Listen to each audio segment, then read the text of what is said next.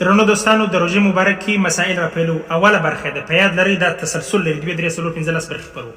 لومړی د غاښو په فرض باندې روژه ماتېږي. د غاښو په فرض باندې روژه نه ماتېږي، خو لیکن کراهت خامخا پیدا کوي. په دې خاطر کېدای شي زک ستاسو تېر شي نو روژه دې ماتېږي او دا خوند لري، نو د خوند په خاطر ته نشئ کولی چې استعمال یې کړئ. په پیشنمي او په روژه ماتې کوه. په سګرېټ او نسوار باندې روژه ماتېږي. طبعا چې په سګرېټ او نسوار باندې روژه ماته نشي، نو په چشي باندې ماتېږي. غیبت او ښځو ته کتل په روژه کې روژه ماتوي. غیبت او ښځو ته کتل روژه نه ماتوي، لیکن اجر او ثواب د روژې چشتی کموي. د اذان په وخت کې خوراک او څښاک، دا مهمه مسله ده. څوک چې د اذان په وخت کې خوراک او څښاک کوي، دا روژه ماته ده. دغه روژې به قضا راوړي، خو کفاره نشته باندې.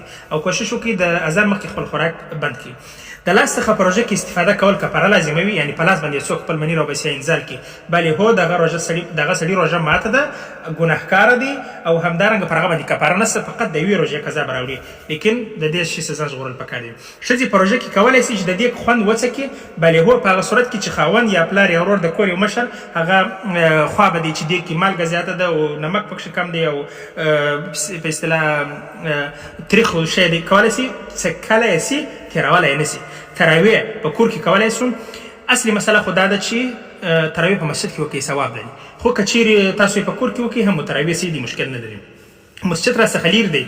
ایا تراویح په کور کې کولی شو؟ بلې هو کولی شئ چې کور ته تراویح وکړئ، د خپلو ماشومانو سره یې وکړئ. تاسې په جومات وکړئ، خپل ماشومانو ته جومات ورکړئ. نارینه یاست نارینه یې وکړئ، ښځینه څنګه چې اسانه وي تاسو ته. هدف مې دا دی نارینه ښځینه ته تراویح ورکولی شي. مسواک وهلو باندې روژه ماته ده؟ بالکل په مسواک وهلو باندې روژه نه ده ماته، ثواب هم اضافه باندې مقرر دی. د مسواک پر ځای باندې د غاښو د برس پر ځای باندې مسواک کاروئ. زه هره ورځ 1500 کیلومتر سفر کوم، روژه ونیسم. اصلي د سفر موده خو 90 کیلومتر ده، یعنې موده یې نه، البته د ساحه. نو په 90 کیلومتر کې خو باید لمونځ مسافرانه وکړي او په روژه کې چې تا ته اختیار دی. خو ښه خبر دا ده چې روژه ونیسه. صحیح شو؟ مسافر یم تراویح وکړم که نه کړم، تراویح د مسافرو د عادي مسافر سره تړاو نه لري. خپلې تراویح کوه، الله تعالی یې درڅخه قبول کړي. هذا والله اعلم. دا ویډیو درسره